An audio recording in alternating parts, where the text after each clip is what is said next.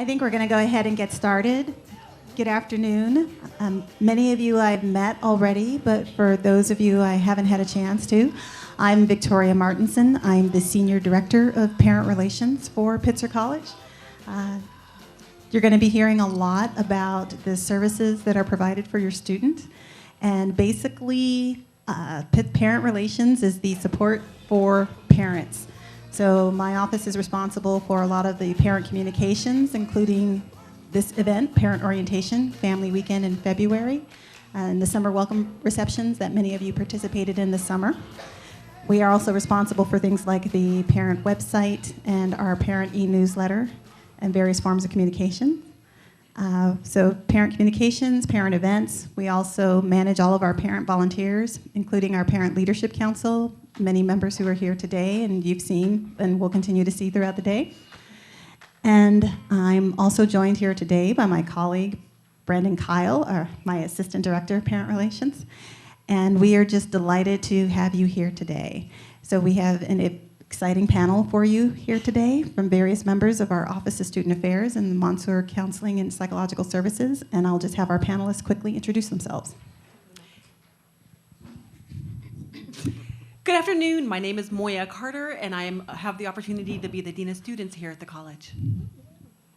Hello, my name is Jill Hawthorne. I'm Associate Dean of Students and Director of Academic Support Services. Hi, everyone. We're awkwardly leaning forward. Hi, I'm Kirsten Carrier. I'm the Director of Residence Life and Summer Programs on campus. And I'm Dan Hurst, the Associate Dean of Students for Campus Life. Welcome, parents. I'm Craig Beeson, and I represent Monsoor Counseling and Psychological Services. So we're going to go ahead and get started with our program. Each of our panelists have a presentation to make, and then we will have Q&A at the end. And we'll start with you, Moya.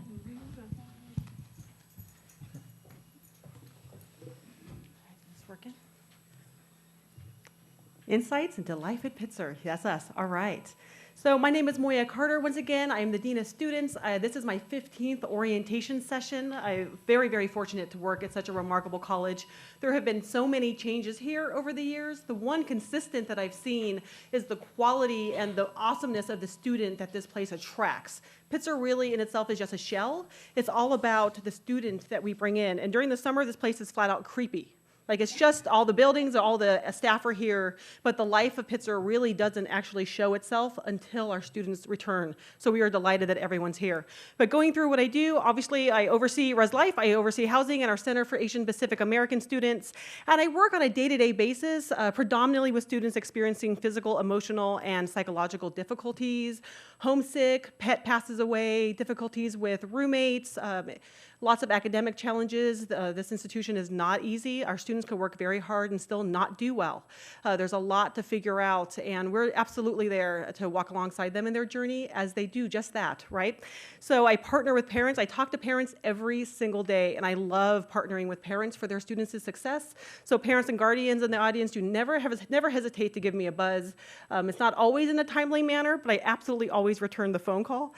I hold students accountable for poor choices, which I absolutely see as job security and the ha-ha side, but also helping them understand that they live in a community and are they meeting their own academic expectations, and are they being who they really organically want to be, and who do they need to be. So I have some marvelous conversations in my office. And the boringer side of my job, boringer, not at all convinced that's a word. So I'm in charge of a lot of our record keeping here at the college, particularly in terms of the Clery Act. I write our annual fire safety and security report, and I oversee our biannual Drug-Free Schools and Communities Act. So I'm starting off with some really heavy stuff, and I think it'll get lighter actually as we go through the panel. But I did want to talk a little bit about FERPA, which is our Family Educational Rights and Privacy Act. A lot of folks may not know that once a student has matriculated into higher ed, even if they're under the age of 18, once they're here as a student, their educational records are held by Pitzer College and actually cannot be released to anyone without the students' written permission. So please know that. We don't have one college-wide permission form. The Student Affairs Office, we have one, of course. We hold students' judicial records.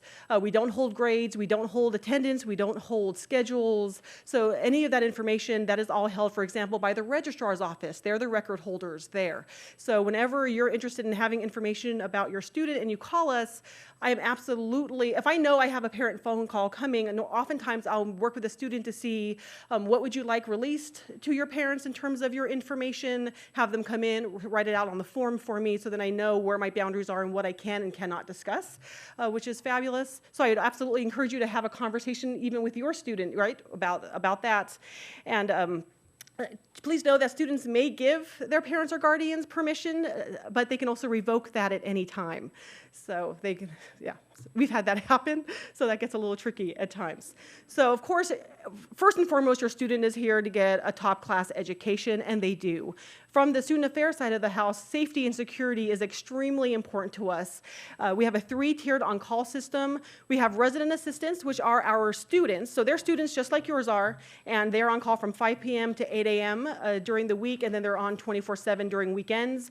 We have residence directors, which Kirsten's going to talk more about, but they are our master's level trained professional staff members that live in the residence halls with your students, as I also live on campus, which I think is a remarkable opportunity. And we also have deans and directors that are on call as well 24/7. So 365 days a year, you can reach someone from the student affairs office by calling campus safety. Because we're in a rotation, we cover for each other if someone is unavoidably detained and can't. So campus safety always knows our schedule. They always know how to get a hold of one of us. So I would highly encourage you to jot campus safety's number down in your phone. And of course, it's all over the website, so that wouldn't be difficult to catch. But absolutely, you can always reach us during the day by calling the student affairs office 8 to 5, and you can always reach us after hours by calling campus safety. Now, some tips here. Please remember that students don't actually have a physical key. It's a key card. So, by the way, these little plastic doohickeys are fabulous. So their ID card is really important. It's their room key. It's their meal card. It provides for all the exterior access to the residence halls. Now, today they're all propped, right, because we're in the process of move-in. That's not normal for us. Our doors are not ever propped unless a student does it themselves, which we encourage them not to, and they have to swipe in to get into a building. They also need it for their, of course, their residence hall room, as you've seen this morning. It also holds their Board Plus. So with their meal plan, if they have 16, they have 160 what are considered Board Plus dollars for them to use. 12 meal plan, 120. So that's all loaded onto here, as is their Claremont Cash, if you all have chosen that option. It also does laundry. If you have cash on it, it does laundry. And of course, our laundry rooms also take quarters. I know that because I live here and do laundry with them, which is a little spooky for them at first, but then they get used to seeing me. But please, as you're talking to them about safety and security, a lot of them are not accustomed to living in this type of system, to living with other folks. Please encourage them to not prop doors, right? So they should not talk to strangers. Just kidding. They need to meet other people. That's actually okay. But they need to be discerning on who they're talking to and trying to gauge if their gut's telling them there's something that may not be right, then it may not be right. So we really ask them to just be really careful there. The other thing I would definitely mention is, so your student lives in a unique 4-person room. There's 2 students share a bathroom with the other 2 students. I thought the doors shut automatically, which is great, so that helps us with the propping, but because they are Dutch doors, the top comes away from the bottom. What I see our students do on a regular basis is they will unlatch the top part of their door and then they just shut it. That means they don't need their ID card to enter their room. That means they can just pry their fingers underneath and unlatch it from the inside, which works brilliantly. Unfortunately, because PAWS, Pitzer, Atherton, and Sanborn are open air, it's an open air complex, then everyone that was just standing around outside just saw them pry their door open and unlock it from the inside, which is not great. So when a student does that and they don't lock their doors, anyone could walk into that room through the bathroom and into the suite mate's room. So remember, all 4 are connected. The locks to the bathroom are on the inside. They're not on the outside because we can't create a situation where a student may get locked in the bathroom per fire marshal regulations. So we can never create a situation where a student could be trapped, which is the reason for the locks on the inside. So just conversations to have for them before you leave about being safe and secure and looking out for themselves and their community. We're going to keep reiterating this to them as we go through orientation, just some things they're not quite used to, So tips, make sure your student has their insurance card. So it's like flying on a plane. You never expect a change in cabin pressure, but if you do, apply your oxygen mask first. Same thing here. We never expect a student to get hurt, but if it does happen, it's going to happen between midnight and 4 a.m. So that is definitely our bewitching hour. And yes, students think it's fun to skateboard downstairs. That doesn't always work out for them. The tiny little rocks all over campus are a nightmare for skateboarders and rollerbladers, roller skates. Those little rocks don't work so well. Some students like to rappel down the side of a building. We also discourage that. They're so darling. You have to know how much we love them and why we love them, right? So make sure they have a copy of their insurance card. We have a couple excellent hospitals close. We don't need them often, but it's really important for them to have that card if they do.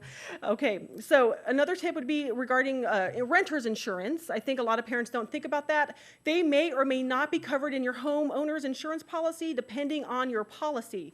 Some will indicate that the student has to be in residence year long, so you'd want to kind of look at year long, because they're here for about 9 months. So does that disqualify them, right? Because insurance companies can be sneaky. So I would say take a look at that. I would highly encourage renter's insurance potential for their property in their residence hall room. Because I live on campus, I have it, and it costs me $12 a month to have renter's insurance, just for your consideration. Keep a copy of our academic calendar, and Dr. Jill Hawthorne is going to talk probably more about that as well. Hold on, I'm figure out where am I on time? Oh, I'm doing good. Okay. So definitely the academic calendar gives a good gauge of what our rhythm is, when your student will be starting to feel stress, and there's a lot of important deadlines that will be coming up that students don't always necessarily think to look at. So please look at our academic calendar. And now keep in mind that we love our students, and everyone's at a different spot in their maturation process, and we would absolutely encourage you as parents to help encourage them to do this themselves. So we're going to help them and walk alongside them in their journey as much as possible, but they have to do some of these things on their own. They do have to talk to their academic advisor. They do have to help make that appointment for themselves. They do have to do their own laundry now. I mean, there's a lot of changes, and some of them are a little scary, and we'll help, but we're definitely going to be encouraging them a lot to do this on their own. We are their biggest cheerleaders for success. We give hugs, we dry tears. We hold them accountable for our community standards. We partner with our Dean of Faculty's office to make sure we ask them the difficult questions about their academic engagement, and if they're meeting their own academic expectations. That's really important to us. And all our contact info is absolutely on the Office of Student Affairs' webpage, and certainly mine is down at the bottom. Again, don't ever hesitate to call me. We recognize what a responsibility it is to have your students here at Pitzer. We take that very seriously, and we are so delighted to get to know them better. And next, I am now going to introduce Dr. Jill Hawthorne, our Academic Support Services. Are you a coordinator for that? No, she's our Associate Dean of Students and also does all academic support. Come on up, Jill.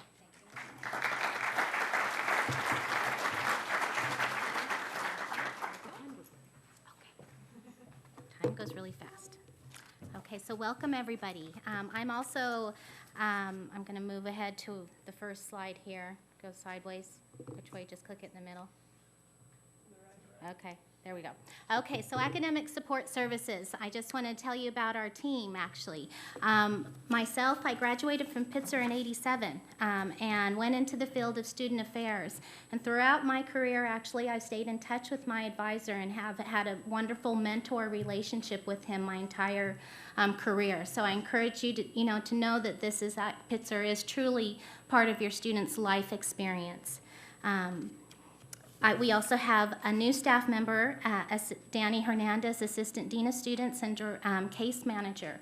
And he is actually in the capacity of advocating and assisting students as well, working with me in a number of academic support areas. He's getting his doctorate in educational psychology and has a real focus area and access to higher education. So he's really already connecting with a lot of our students, our student leaders. He's just been here for 3 weeks, so this is his first year, so we're really pleased to have him on board. Jason Engel actually oversees all of our academic support services, and I'll go over what those are as we go forward. He's a class of 12, and he's starting his 3rd year, and he's actually pursuing a master's in business. And then our academic coach, Connie Helen, she's starting her 5th year, and she has worked with Pitzer students in academic coaching and really understands the Pitzer academic curriculum, the lifestyle, the challenges students might have. And she also is a proud parent of a Claremont College's student and the spouse of a faculty member. So again, really understands our culture and the expectations. Okay, so our purpose, we work in partnership with faculty to provide a range of academic support services for students. And this is really important and key in what I do is that I work in partnership with faculty. They are an important stakeholder in the student's success. We don't try to work with students to improve in a certain area and not include the professor. It's really important that the faculty be involved. They reach out to our office on a regular basis. We reach out to them. We're committed to doing the work that we do together. So dean support and advocacy. Moya Carter talked about this a little bit. Sometimes students actually hit some sort of rough patch. It can be something that they've, a homesickness. They might have injured themselves, broken their arm or something like that, or just, transition to college can be difficult. We encourage everyone to come and work with us to make sure that we can, kind of talk about a plan and make sure that you stay on track, or if you're at a point where you've actually gotten back on track, how can we make that happen? And we help communicate with your faculty, identify resources, and again, help you figure out what you want to do and work towards that goal. Some of the things that we do in that might include actually having a student meet with us on a regular basis. A number of the times that we meet with students, it might just be 1 or 2 times. They need some resources, we help them, we follow up with them, and they go on their way. Other folks, if there's something that's going on that seems best to have a touch point with someone, we can provide that, and we're happy to do that, and again, kind of helping them keep to the plan that they want to have. Our office oversees disability services, so we actually establish the accommodations for any student who has a disability, notify the faculty about the accommodations, and work with the faculty and the student to make those things happen. Our office, again, provides the services, which includes like proctoring, an exam, a digital text, all kinds of a number of things. We also do educational and awareness programming. There's actually 5 college groups at the Claremont colleges that are disability focused. The students really are exploring their identity around this, awareness, and just really kind of delving into this. So it's a topic that a lot of students have an interest in. So we do actually participate in some of those programs, student panels, workshops for faculty and students, et cetera. There's a 5-college resource, the Student Disability Resource Center, that we all work with. And then we also do referral. So sometimes you might actually have somebody that is exploring why they're never finishing their exams on time when they seem to know the material. Maybe there's something going on that they might benefit from talking to a learning specialist or actually having an assessment of some sort. And we have the resources to refer students to those services and to, again, work with them and their faculty if that's a time that they're exploring it and they need some assistance through that time period. So again, we kind of cover all areas in disability. And then finally, liaison and referral. So a student might really be struggling with some issues. Our counseling center, which I know Craig's going to talk about, but we tried to get you to just think about it. You've already paid for this service. It's right down the road. Let's give it a try. Do you want to, maybe give them a call and get your appointment now? So, really kind of helping people if they think they want some assistance and support, talking about the resources and helping make the connection, helping introduce the student to somebody, which could make the difference between them actually following through or not. So we try to really help with that. As I mentioned, there's a learning specialist at Monsoor, a part-time learning specialist that can help students with some academic strategies as well as counseling and exploring ADHD or learning disabilities. I don't hesitate to contact the doctor at Student Health Services if a student wants a referral in this area or to explore something that's going on. Again, our doctor is very accessible and happy to help us. Again, the Student Disability Resource Center, every campus has a person like me, and we all work together to make the accommodations work because it's cross-campus. So you're taking classes at all of the Claremont colleges, and we want to make sure that those services are in place. The Writing Center, can't say enough about how great of a resource this is for every single person, no matter how great of a writer they are. So it's definitely one that we very much recommend and work again in partnership with the director of the Writing Center, who's a tenure track faculty member. And any kind of off-campus resources. Sometimes students do want one of these resources, but actually a little bit removed from campus, and we again can help you locate those resources. Further academic support services that we have include the academic coach, who I mentioned, Connie Helen. She's one-on-one professional support to help you with your time management improvement, organizing your schedule, preparing for exams. She's available to all students. 1 hour a week is our expectation that students can spend with her. It doesn't expire. You could work with her all 4 years if it was helpful for you. But one thing I definitely recommend, she actually starts with students organizing their schedule, looking at your classes, your outside of class activities, when you need to eat and sleep and have all your time, and making sure that you understand your picture on a weekly basis. Our office provides tutoring. We have drop-in tutoring, some tutors that are embedded in certain courses, and then with instructor consultation, some one-on-one tutoring available. Math, 3 times a week, 2 hours a night, really strong relationship with the math faculty, a great resource, the math tutoring sessions. Economics, we work with the economics faculty and do micro and macro tutoring. Statistics, one of the courses that the tutor works more closely with the professor than our office, but we provide that service. And then we have some introductory science course tutoring that enhances the already established tutoring services that the Keck Science Center provides. It's to just help us have some science tutoring here on Pitzer's campus, in addition to, again, the tutoring that's available at Keck.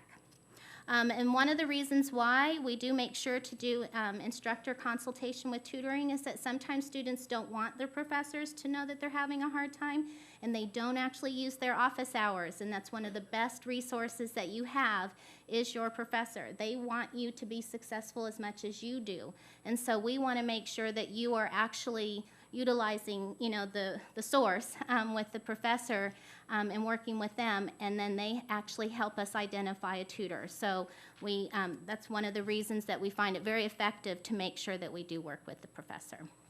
And then lastly, we have workshops and programs. So we do actually do open invitation workshops about time management, how to set your schedule, some test anxiety or study skills preparation. There's a student talking to me about establishing a procrastinator's regular meeting, so we'll see how that goes.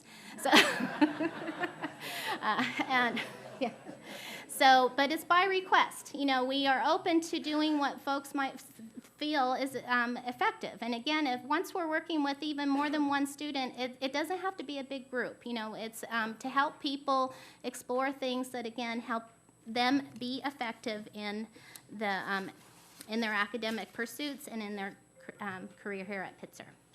That's my last slide. So I would like to introduce Kirsten Carrier. I'm a director of Residence Life and Housing. Close? Okay, thanks. I like it. Let's go to the next one here. Hey, there we go. Lovely. Put myself in a timer. Hi, everyone. I'm Kirsten Carrier. This is my 4th year here at Pitzer. I hail from Wisconsin, from the Midwest. So, yeah, I don't find too many Midwesterners around here, but perhaps there's some. Yeah, okay. What? Oh, I have family. This is lovely. Went to the University of Wisconsin-Madison and Indiana University. So, if you need any Midwestern values, right over here.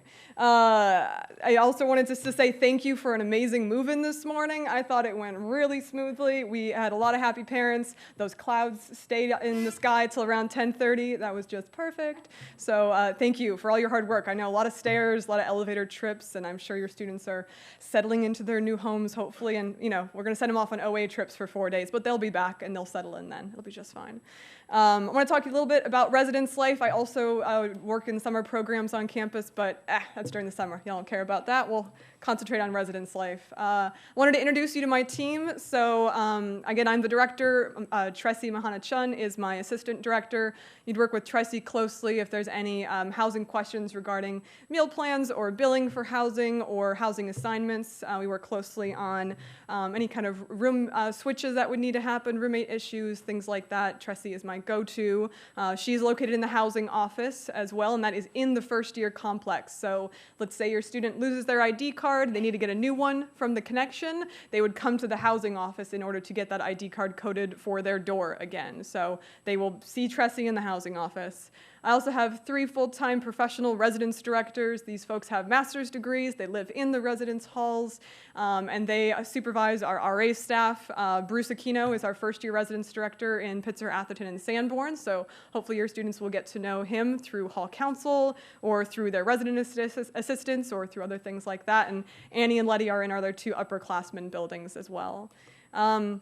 I want to give you an idea of the rest of the staff that's in the residence halls. Obviously, we do have our RDs. They serve on call. Our resident assistants also serve on call, like Moya mentioned. We do have 2 faculty in residence.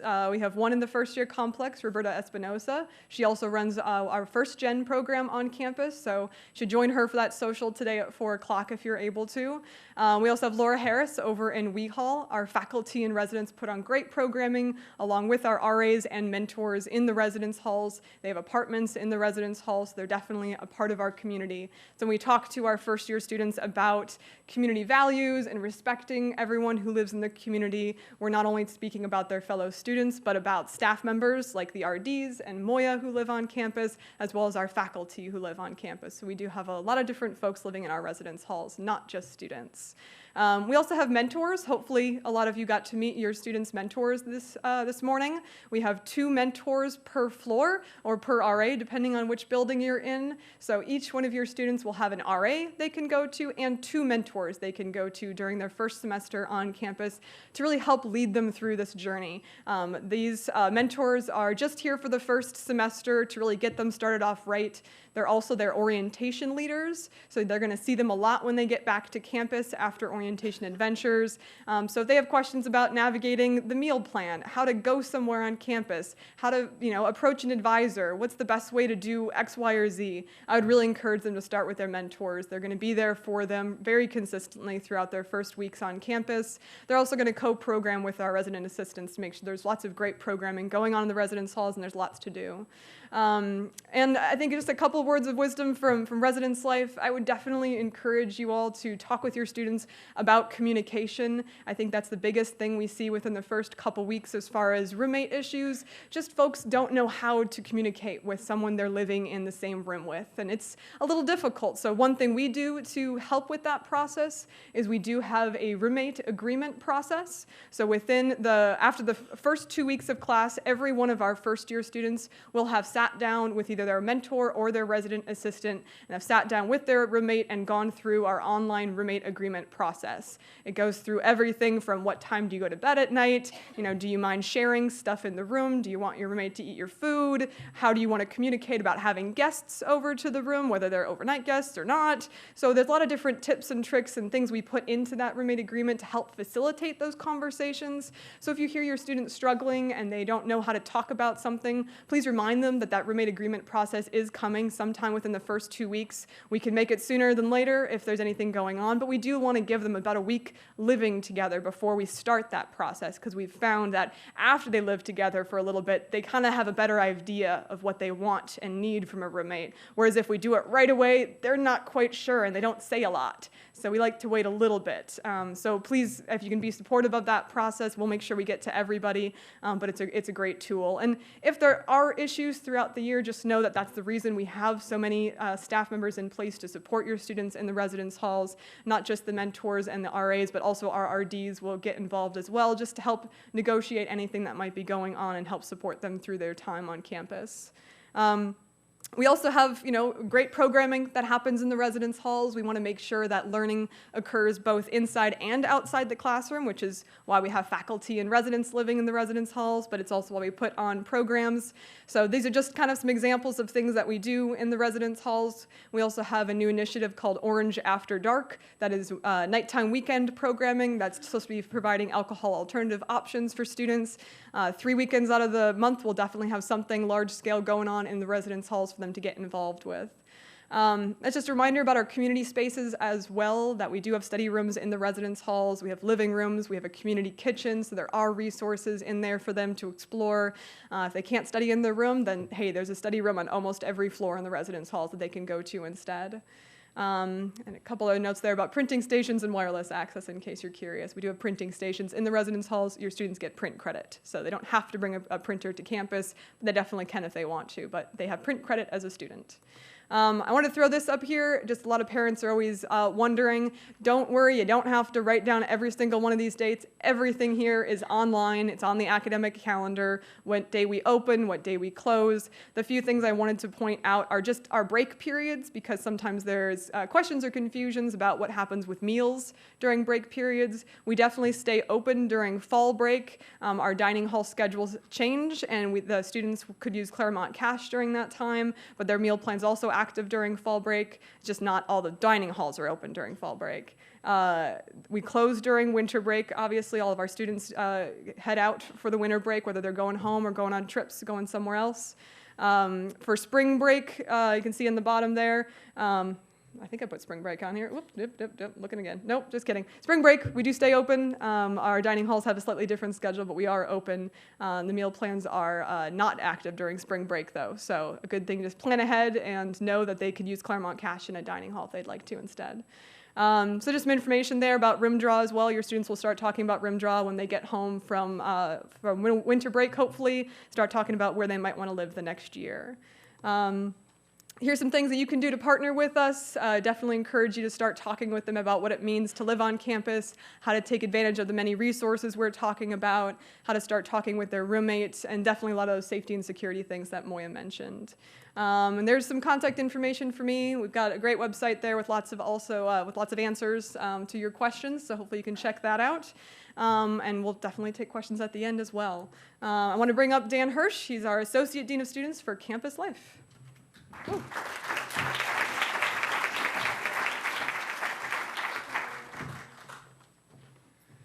Hello, everyone. My name, as we just heard, is Dan Hirsch, and I'm the Associate Dean of Students for Campus Life, which means the Dean of Fun, which is an awesome job title, and that's totally what I do. I'm responsible for our Campus Life team, and our Campus Life team is responsible for making campus awesome. So I want to tell you who's on that team so you know what they do.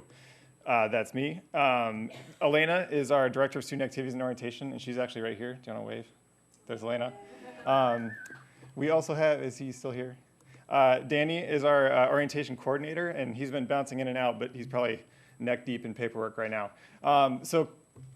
Elena and Danny are really responsible for this week, and especially today, for the move-in day and for getting ready for your arrival and your students' arrival. So can we take a second and just thank them for all the hard work for today?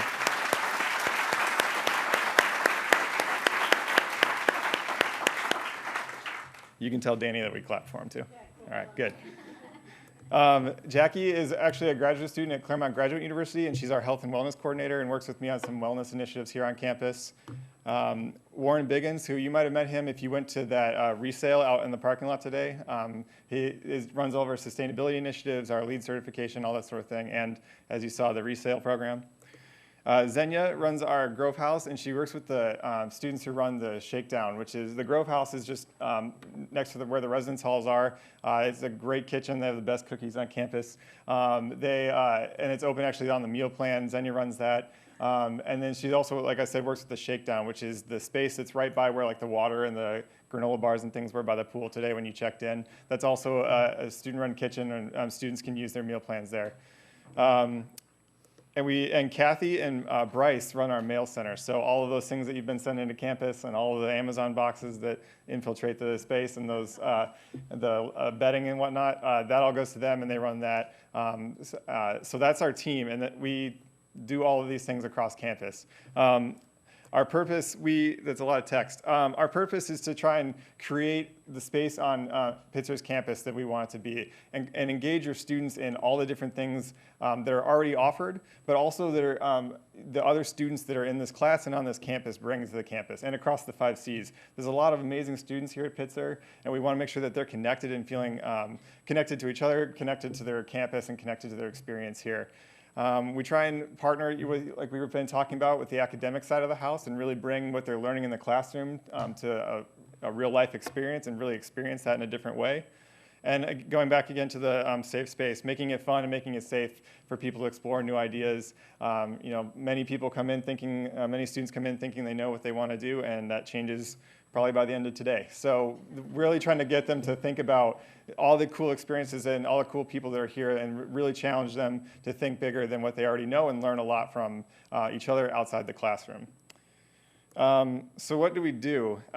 If we haven't talked about it yet, we probably do it, because here's some of the list. So there's a lot on there.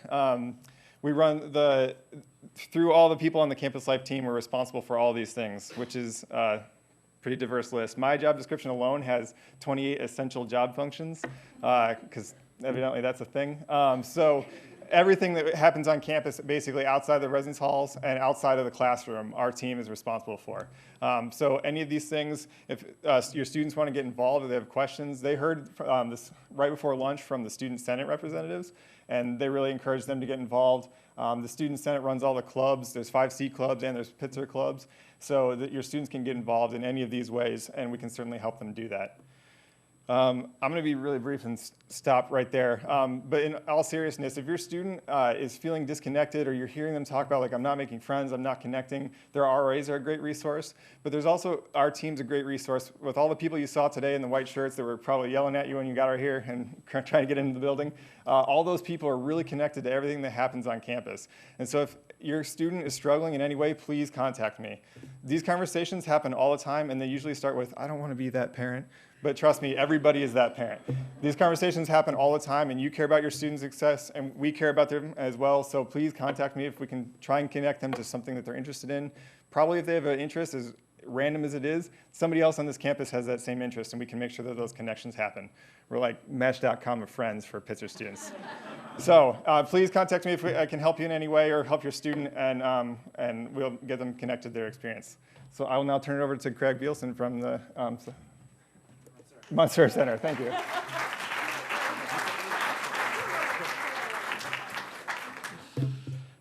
Thank you, and welcome.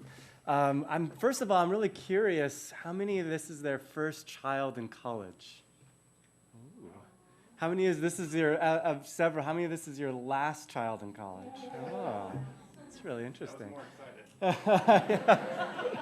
So, I mean, I'm just saying, like, if the first group might want to talk to the second group later on just to get some helpful tips. But I know we were talking a lot about potential problems that come up, and our office is here to support students. But first, what I want to say is that, you know, for the most part, students do adjust. You know, yeah, they might hit some bumps in the road, or they might have some difficulties, or, you know, college is stressful.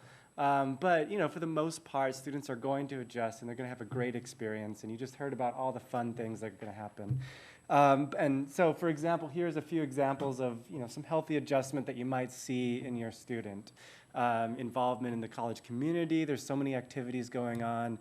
You know, their optimism that you hear over the phone, their relationships that they're talking about, maintaining their sleep, getting good nutrition. And I know from experience, the Pitzer's Dining Hall is a really great, you know, nutritious place. You can get a lot of great food.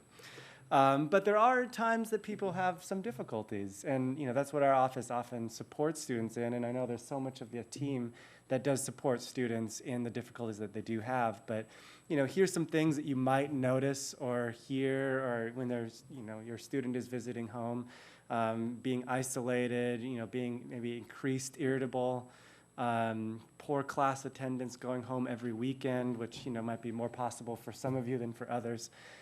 Sleeping or eating poorly, high levels of stress. It seemed maybe too much, more than the average, you know, maybe compared to what they were like in high school. poor concentration. So those are some difficulties that you might see. So, in your role as a parent, there are things you can do to be helpful. Just first of all, it's a process. It might be harder early on than later. And so being tolerant that it's going to get take some time for them to adjust. You might get some tearful phone calls, but that you want to encourage their development as an adult, to start having a more adult rapport with your child, as they're growing, they're going to college, they're kind of, experiment with more independence as they're coming here. So I think this is a great, to focus on their strengths, their successes, and, but, let them come to you with their needs as well. I think that's also important and helpful. And it's also not just a transition for your students, it's a transition for you as well. I think there's two different groups, there's big transitions in very different ways. But I think it's important to think about taking care of yourself as well. Like, what are your needs? What are your family needs? Not all of your family is going to be here at Pitzer that you're worried about. It's going to be at home, and that's also important to think about. So do things that take care of yourself, get involved in activities, hobbies, like making sure to accept the feelings that you do have that come up, that it's going to be difficult sometimes to see them off, maybe for some of you so far away from home. They're all the way on this coast, and so it could be difficult at times, but make sure to honor those feelings, get support for yourself from other people around you, and give yourself credit for the things that you're doing as well. Just so you know, our office is here for support. We are located, sometimes I hear students complaining, oh, it's way down there. I think I hear more from Mud students, which is actually closer than here, but we definitely see a lot of Pitzer students. 18%, I think those statistics from last year, students use our services. We're located just past the library, so it's pretty close by. We offer a lot of brief individual therapy, group therapy, which is unlimited, psychiatric consultation and services if your child needs medication management. We offer also 24/7 crisis coverage. And we can also be reached through campus safety, so that definitely is a good number to have. We consult, occasionally we'll consult with parents as well. Sometimes students need longer term therapy, and we have a lot of great resources in the community that we can refer students to. And we also do programming. We do outreach on different campuses around different topics. So, and we can, if there's certain topics that come up that, Pitzer's like, this is a big need this year, we can come and do a workshop on it for students. So that can be also very useful.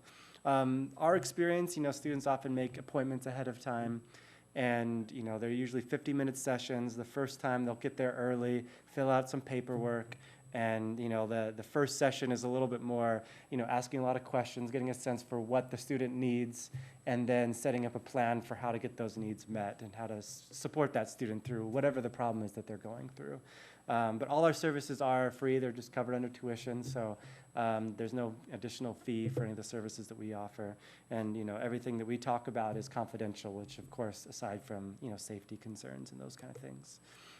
There's where we're located. We're in the same building as Health Education Outreach, the health services, and what's the other one? Yes, CLSA, the Center for Latino Support, and the Disability Resource Center. So we're next to security, just past the library. There's our number. So yeah, happy to hear about any of your questions as well. So thank you.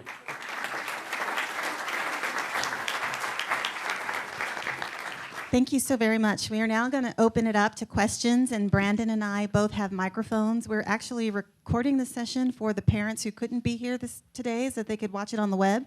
And so in order for them to hear the questions, we're asking that if you have a question, please speak into the mic. So who wants to start? Hopefully simple. Presumably all the information you've just given us, you give the students as part of their orientation too, touch points, all those things. Let me talk just briefly about that one. Your students have a session this evening at 6:30 called Life in the Res Halls, so we're definitely covering a lot of the subjects we talked about today, and I know during our orientation schedule we have several more sessions with them. They're definitely going to learn about counseling services, student health. I don't know if Elena wants to add any more, but they're going to hear about a lot of this. All of it. So, Elena says all. sorry, just to clarify, so the lunch card or the food card, they can use at all the college campuses? Is that correct? That is correct. There's 5 dining halls. Well, actually, there's 6 dining halls and a restaurant. So their meal plan itself actually works, and they can swipe into any of the dining halls. Their Board Plus, which is their 160 or 120, works in any of the snack bars on any of the campuses, as well as the Shakedown here and the Grove House here take that Board Plus money. They do not go hungry.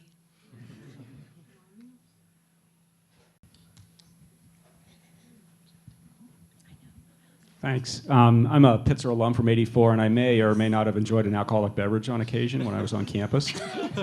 Can you tell me about the alcohol policy on campus now and anything you guys do around alcohol abuse education? Yeah, sure. Yeah. Rock, paper, scissors? Right, yeah.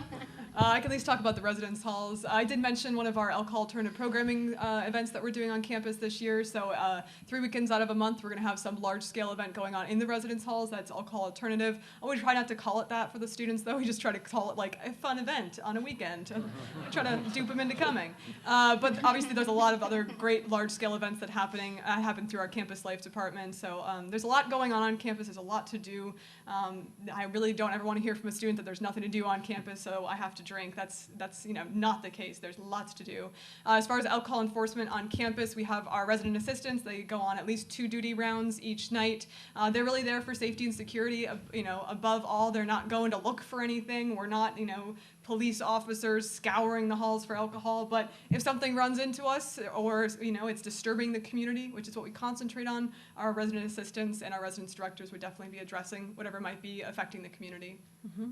And let me add to that. As their DINA students, they actually hear from me on several points during orientation regarding alcohol and substance use and abuse.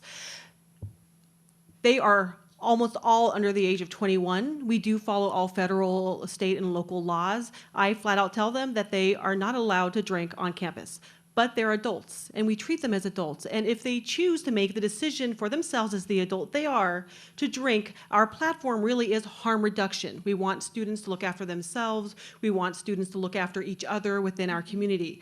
Knowing your limits is actually really valuable learning. I'm not allowed to promote that as their DINA students, of course, making sure I respect our law and our policies, but we want to make sure that our students are looking out for each other if they choose to indulge in an alcoholic beverage, if they may or may not choose to do so.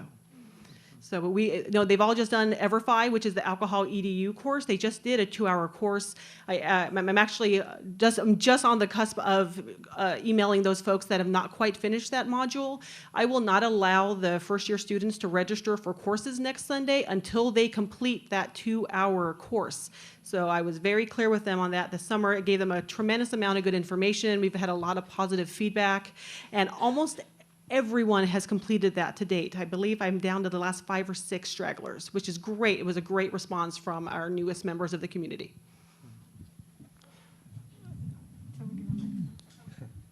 She's coming. We also, y'all met Dan. We have the privilege of welcoming him to the Pitzer community this year, and he is doing a phenomenal alcohol education program this year for our new students on Friday night after they get back from their OAs. And it's all called Beyond Alcohol EDU, and he's done the training for the student leaders with incredible feedback about the importance, the scientific backing, all of that kind of stuff. So in addition to Alcohol EDU, we have another event called Beyond Alcohol EDU, which is a mandatory course which attendance will be taken. So.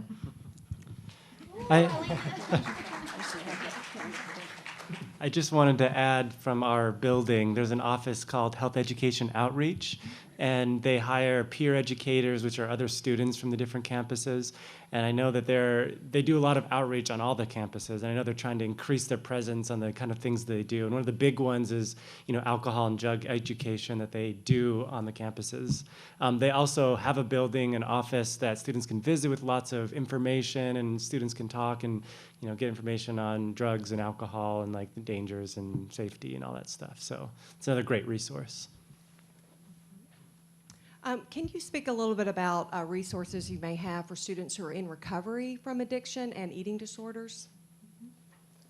Yeah, I can speak to that. I know our office, while we might not have like in-depth treatment because they often need more longer-term support, we definitely have, depending on the level of support, we offer treatment.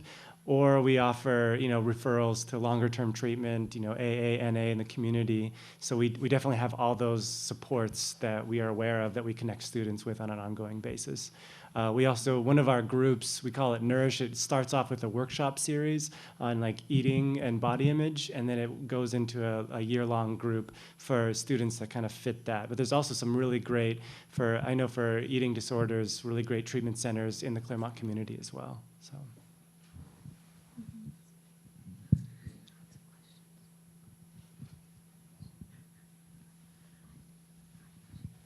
How about free movements of students out of campus, going out to the city or coming in, or how restricted is?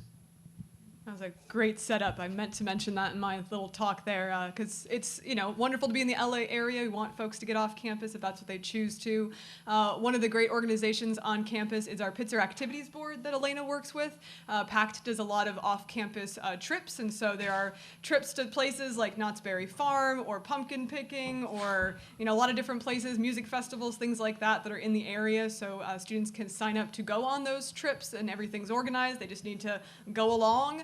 But we also have a lot of different transportation options available. So some of our students do have cars, our upperclassmen have cars. Students will get together with them. We also have the Pitzer Outdoor Adventures, our POA club on campus that takes a lot of trips. So students can join POA, organize a trip to Joshua Tree, use the Pitzer minivans and head out to Joshua Tree for the weekend. So a lot of opportunities there to kind of create your own adventure with students that are in the same club.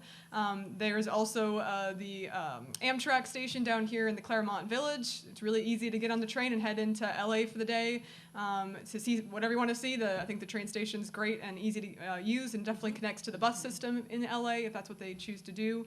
I'm probably missing a couple more. I'm thinking Claremont Dial-A-Ride is a great one if you want to get around Claremont. You can definitely just call Yellow Taxi, but Claremont Dial-A-Ride is a little cheaper, and it's local only, so they need to get to the grocery store, they need to get to the Claremont Village really quick. Claremont Village is close. They can walk. It's 20 minutes. But still, there's that opportunity as well. What else am I missing? Zip cars. Say it. You're good. Zip cars are also available if your students want to join Zip Car. You do have to pre-register, get approved to be a Zip Car driver, but there's at least 2 cars at all times, if not more than that, parked down by our Student Health Services building that they can rent a Zip Car and head out and buy groceries or take a trip for the weekend.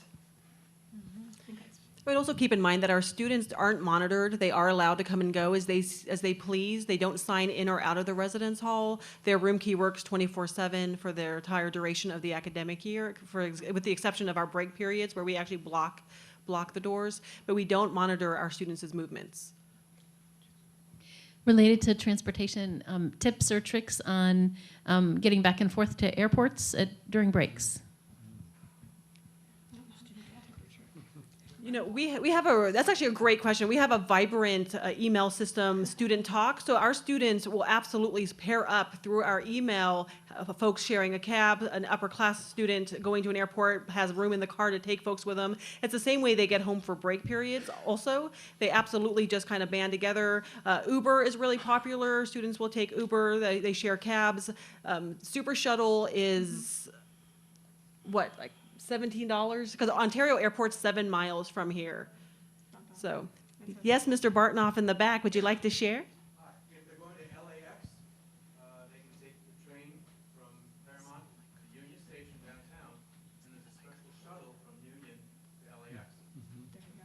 So he just said that you can take the train to LAX or to the downtown train station, then there's a shuttle that goes to LAX. Perfect. Can you talk a little bit about campus safety? Because I've heard that kids who are in bio have to work late in the evenings and on weekends, late into the nights. So how does your campus safety work? How can the students make the most use of it and be safe? Yeah, we'll be sharing this with our students as well throughout the orientation. We always encourage students to take the buddy system, to have a student to walk with. Our campus is well lit at night. We do several safety walks at night throughout the year to identify spots that we believe may be darker. However, students can always call campus safety after hours as well for an escort. And we have an app, it's called Live Safe. I'm gonna be training all the students on it after their orientation adventure trip. And through the app, they can actually contact campus safety directly for an escort airport, or they can also find out who else is in the area that may want to walk with them, or they can tag their friends to join them wherever they're at to walk with them. So the Live Safe app is new for us this year. So I've lived on campus all 14 and a half years that I've worked here, and I get it, my lens may be a little different as a staff member, but I walked all over the campuses. I think they're very safe. I would also keep in mind, though, that we are an open community. There are no gates, there are no guard booths, that folks can absolutely come on campus. Our biggest crime, quite frankly, is bike theft. So if a student has a bike and it's not locked with a really thick black U-lock, it will get stolen at some point over the 4 years, and that's frustrating to share, but that's absolutely one of our most significant crimes. And of course, petty theft is significant as well in terms of, when I was in college, we had pads of paper and pencils. Like, that's what we brought to college with us, right? And now they have smart pads and iPhones and lots of electronics, and everything is expensive. So it's what we call crimes of opportunity, where a student will get careless and leave it out, walk away from it, come back, and then be surprised that it's no longer there. So that is significant. We always encourage our students to keep their belongings with them, of course. Every desk in the residence halls, one of the drawers has a little locking mechanism that with a padlock is excellent to lock up your cash, your passport, medication, your small electronics. That would be ideal for that.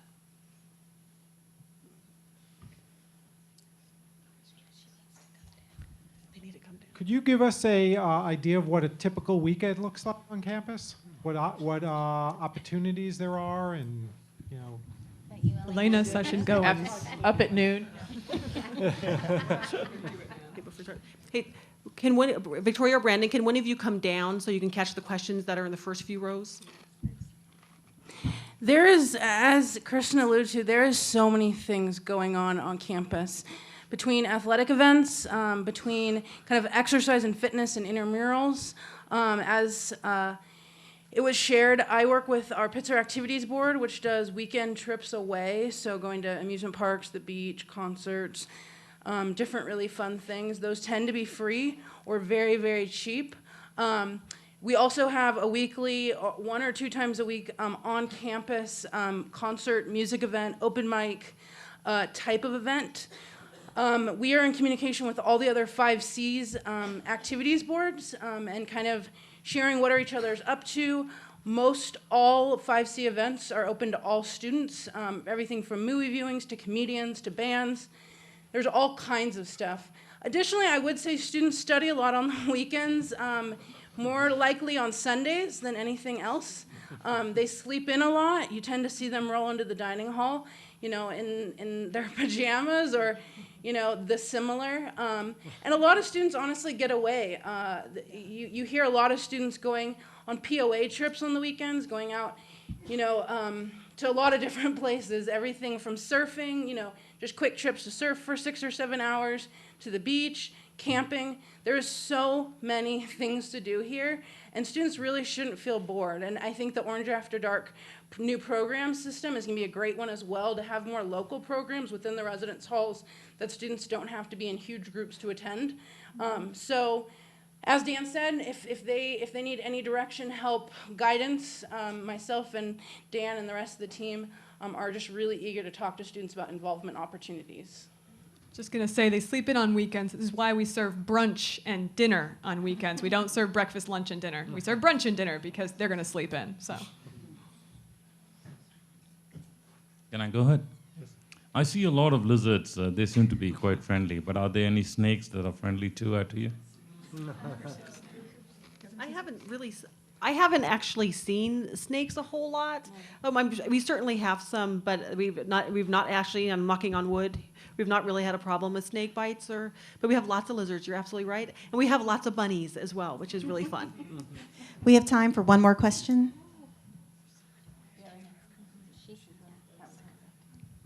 Hi, I came in when you had FERPA up. And I just wanted, maybe you could speak to a little bit about that. Is that something that we talk to our child about signing? or forcing them to sign? No. How do we get them to sign that? Yeah, our Family Educational Rights and Privacy Act really does protect students' education records, which they almost all are, and I know we're pretty much out of time. I would absolutely recommend that you share with your student about conversations and communication and what your expectations are of them communicating with you throughout the academic year. Now, once again, the Student Affairs Office is always very happy to partner with parents and guardians to share information, but we'll only do it with their written permission. Or I'll do it when I have a student sitting in my office with me and I have them write it out, and then we'll call a parent together if they're having a difficult time navigating a conversation. But Student Affairs has a permission form for judicial records, and of course the registrar's office have their separate form for anything academic. And then certainly the advisors usually stay away from that entirely, as they're not as well trained on what they can and cannot say. So the Dean of Faculty's office, though, are very well versed and would be certainly happy to assist as well. But really, we want your student to be open and honest in communicating with you directly. We would prefer that they don't have to go through the college and go through the permission forms. They should be sharing with you. But if your gut's telling you there's something up or amiss or the information's not quite connecting, I would definitely encourage you to really push on your student about being honest and what's really going on. And this is a brand new atmosphere and environment, so sometimes they just have a little bit of trouble figuring out how to navigate that conversation with their parents or guardians. Well, unfortunately, we are out of time for this afternoon. I know that many of you still have questions, and I know we've already thrown a lot of information at you. What I like to tell parents is if you remember nothing else, contact my office, the Office of Parent Relations. That's why we're here. And it's a very easy email to remember. It's parents@pitzer.edu. Myself, Brandon, and our administrative assistant, Jenna, is more than happy to assist you. Even if we don't know the answer to your question, we know the people who do. And so we are happy to connect you in that way. So I would like to thank our panelists for being here today.